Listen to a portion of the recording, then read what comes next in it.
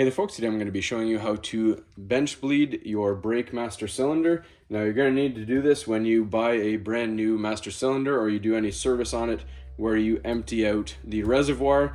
There will be air in the brand new piston on your master cylinder. So we're going to go ahead. The new master cylinder came with these plugs here.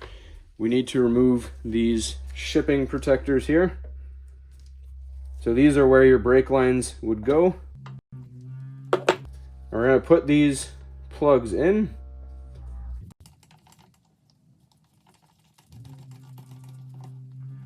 Snug them down by hand. Then we're going to give them a few turns with the wrench that fits.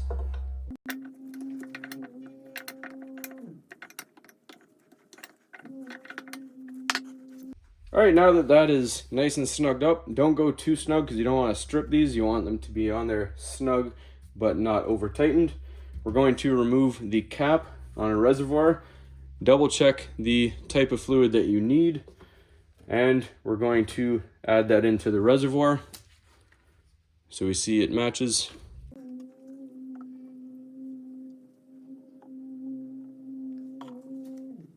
All right, before proceeding, just make sure validate that there's no leaks coming from anywhere in the seals that around the reservoir. All right, now the manufacturer instructs us to push this piston in 1 inch, which is about half its length, slowly, and then let it come back out. Wait 15 seconds and repeat that process 5 times. I'm going to show you a view of inside. You should see air bubbles coming out. All right, so second pump.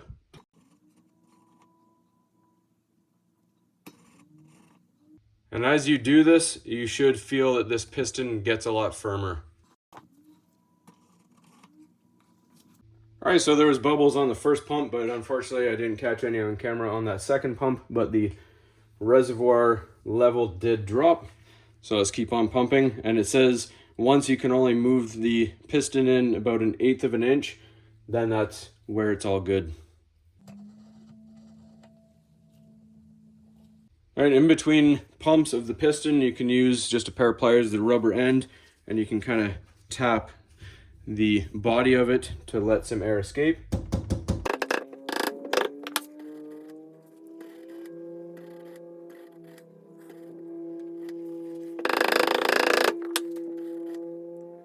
And you don't want to go too fast because it'll actually aerate and bubble up too much, and you don't want the bubbles to stay in. You want big bubbles just to slowly rise and pop.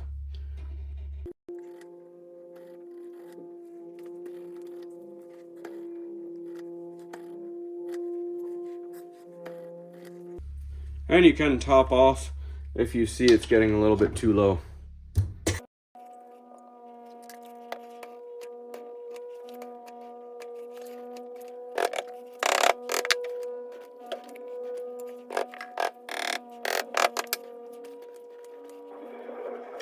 All right, so the manufacturer, Dorman, did state that it takes 5 times to pump this before all the air gets out. This was significantly more pumps than that. So it all depends. Go start with at least 5. And as you can see, that is very firm. You can't really push that in anymore. So that's all there is to it. Now we know there's no air in the system. Again, refill if needed to your line that you were at before. Don't fill to the max line if you have old brakes, because then when you put new brakes on, it'll push it and overflow it. Make sure you remember where you had the fluid before, fill it to that line, and you'll be good to go. Only other thing is put your cap back on for safe transport. When you get it to the vehicle, you will take off these nuts here and replace the brake lines onto that, and then follow the manufacturer's guidelines for your vehicle on the installation. But as for bench bleeding, that's all there is to this one, folks. Hopefully you found this helpful. As always, please don't forget to like and subscribe.